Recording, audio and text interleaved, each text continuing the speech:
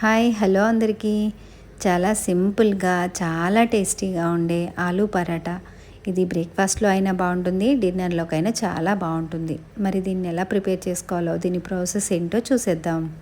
ముందుగా పొటాటో మసాలాని ప్రిపేర్ చేసుకుందాం. దానికోసం స్టవ్ పైన కడాయిని పెట్టుకొని 2 టేబుల్ స్పూన్ల ఆయిల్ని వేసుకోవాలి.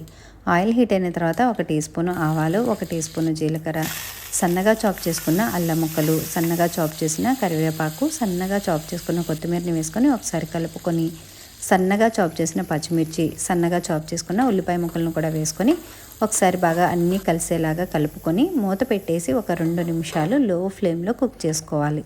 2 నిమిషాల తర్వాత చూడండి, ఆనియన్స్ ఇలా సాఫ్ట్గా అయితే సరిపోతుంది. ఇప్పుడు ఒకసారి కలుపుకొని దీనిలోకి రుచికి సరిపడేంత సాల్టు, 1/2 టీ స్పూను పసుపు, 1 టీ స్పూను జీలకర్ర పౌడర్, 1 స్పూను కారం, 1 స్పూను ధనియా పౌడర్, 1/2 టీ స్పూను గరం మసాలాని వేసుకొని వీటన్నింటినీ 1 నిమిషం పాటు మంచి స్మెల్ వచ్చేంత వరకు ఫ్రై చేసుకోవాలి. స్పైసెస్ని వేసిన తర్వాత లో ఫ్లేమ్లో మాత్రమే ఫ్రై చేసుకోవాలి. ఇప్పుడు దీంట్లోకి 1/2 టీ స్పూన్ ఆమ్చూర్ పౌడర్ను కూడా వేసుకొని దీన్ని కూడా 1 నిమిషం పాటు ఫ్రై చేసుకోవాలి.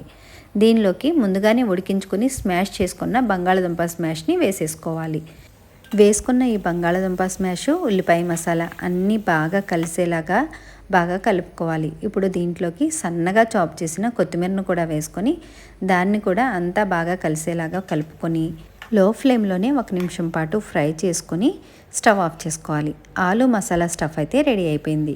ఇంకా దీన్ని ఒక పక్కన పెట్టేసుకొని చపాతీని ప్రిపేర్ చేసుకున్న ఈ మసాలా స్టఫ్ని చపాతీలో పెట్టుకొని నేను చూపిస్తున్నట్టుగా క్లోజ్ చేసి మళ్ళీ చపాతీలో ఒత్తుకొని స్టవ్ పైన పెనంని పెట్టుకొని ప్రిపేర్ చేసుకున్న ఈ చపాతీని పెట్టుకొని 2 వైపులా లైట్ గోల్డెన్ కలర్ వచ్చేంత వరకు నెయ్యిని కానీ బటర్ని కానీ అప్లై చేసి 2 వైపులా బాగా రోస్ట్ చేసుకోవాలి. ఇప్పుడు ఎలా అయితే ప్రిపేర్ చేసుకున్నామో మిగిలిన చపాతీలను కూడా అదే విధంగా చేసుకొని పెనం మీద రోస్ట్ చేసేసుకోవడమే. చాలా యమ్మీగా, చాలా టేస్టీగా ఆలూ పరాటాలు అయితే రెడీ అయిపోతాయి. ఈ ఆలూ పరాటాలకి టొమాటో కెచప్తో అయినా బాగుంటుంది, లేదు గ్రీన్ చట్నీతో సర్వ్ చేసుకున్నా చాలా బాగుంటుంది. చాలామంది నా ఛానల్ని సబ్స్క్రైబ్ చేయకుండానే వాచ్ చేస్తున్నారు.